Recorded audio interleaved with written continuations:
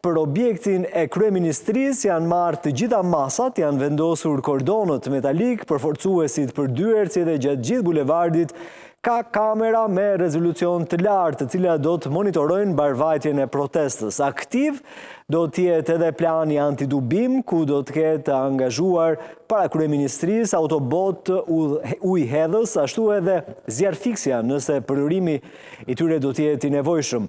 Ambasada e Shteteve të Bashkuara në Tiranë ka dalë gjatë ditës sotme me një njoftim për qytetarët e saj në Shqipëri lidhur me protestën e thirrur nga opozita, e cila do të zhvillohet pra ditën e sotme në orën 17. Ambasada këshillon qytetarët amerikanë të shmangin zonën e protestës, të monitorojnë mediat lokale dhe të ndjekin udhëzimet e autoriteteve për të qëndruar të sigurt. Situata mund të ndryshojë shpejt, thot ajo, edhe nëse protestat fillojnë në mënyrë paqësore ndaj qytetarët, duhet të jenë vigjilent dhe të kenë një plan emergjence ose edhe strategji dalje. Masat e sigurisë që rekomandohen përfshin shmangjen e protestës, vëmendje ndaj mjedisit përreth, kufizimin e shpërqendrimeve si telefonat apo kufje dhe mbajtjen e një profili të ulët. Protestuesit pritet të mblidhen tek ndërtesa e kryeministrisë, thot ambasada, në bulevardin Dëshmorët e Kombit, midis sheshit Skënderbej dhe sheshit Nën Tereza. Policia e shtetit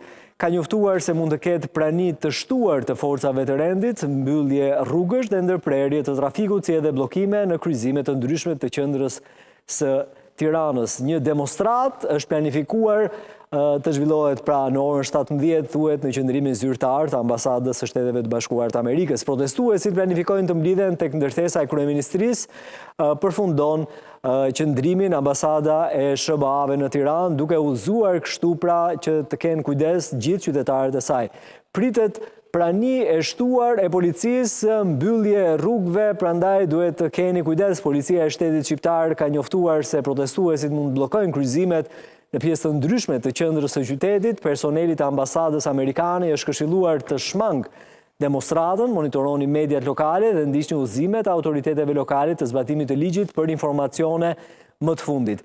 Kujtojmë, një ditë përpara protestës kombëtare, kreu i Partisë Demokratike Sali Berisha i ka bërë thirrje forcave të rendit që të bashkohen me protestuesit, edhe gjatë fjalës së tij në foltoren e përjavshme të PD-s, Berisha u shpreh se policia duhet të marrë sipas tij vendimin historik për të rreshtuar në krah të qytetarëve. Nesër u bë thirrje forcave të rendit të marrin vendimin historik, të bashkohen me protestuesit. Bashkohuni me interesin e familjeve tuaja, të ardhmen e Shqipërisë dhe shqiptarëve, deklaroi kreu i PD-s Sali Berisha, i cili përdori tone të forta ndaj qeverisë duke i bërë thirrje qytetarëve për pjesëmarrje masive në protestë. Berisha e cilësoi protestën e 10 shkurtit si një kryengritje paqësore, duke theksuar se synimi është fitoria dhe integrimi evropian i vendit. Të gjithë në Tiranë në kryengritjen paqësore të fitores për Europën, tha Berisha. Në fjalën e tij, kreu i PD-s përmendi edhe një deklaratë të Komisionit Evropian për cilën shprehu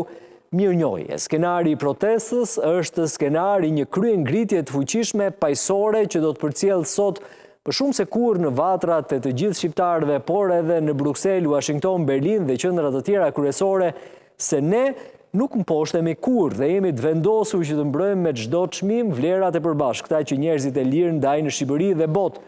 Në këtë kuadër, dua të theksoj këtu thirrjen time për shqiptarët kudo që janë. Është etike, thot zoti Berisha, vendimtare kontributi i tyre.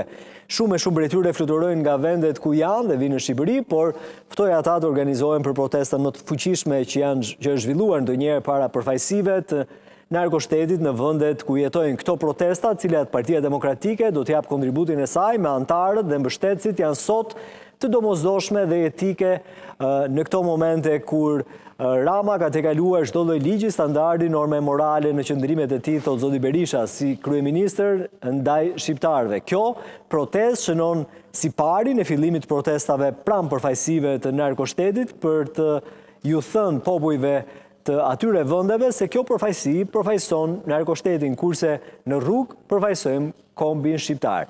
Kjo ka qenë mënyrë të përmbledhur deklarata e zotit Berisha një ditë përpara kësaj proteste mbarkombëtare, e dyta në radhë, ndërkohë që përcolla gjithashtu edhe qëndrimin e ambasadës amerikane për gjithë qytetarët e saj që të kenë kujdes. Mirë, me ndihmën e regjisë doja që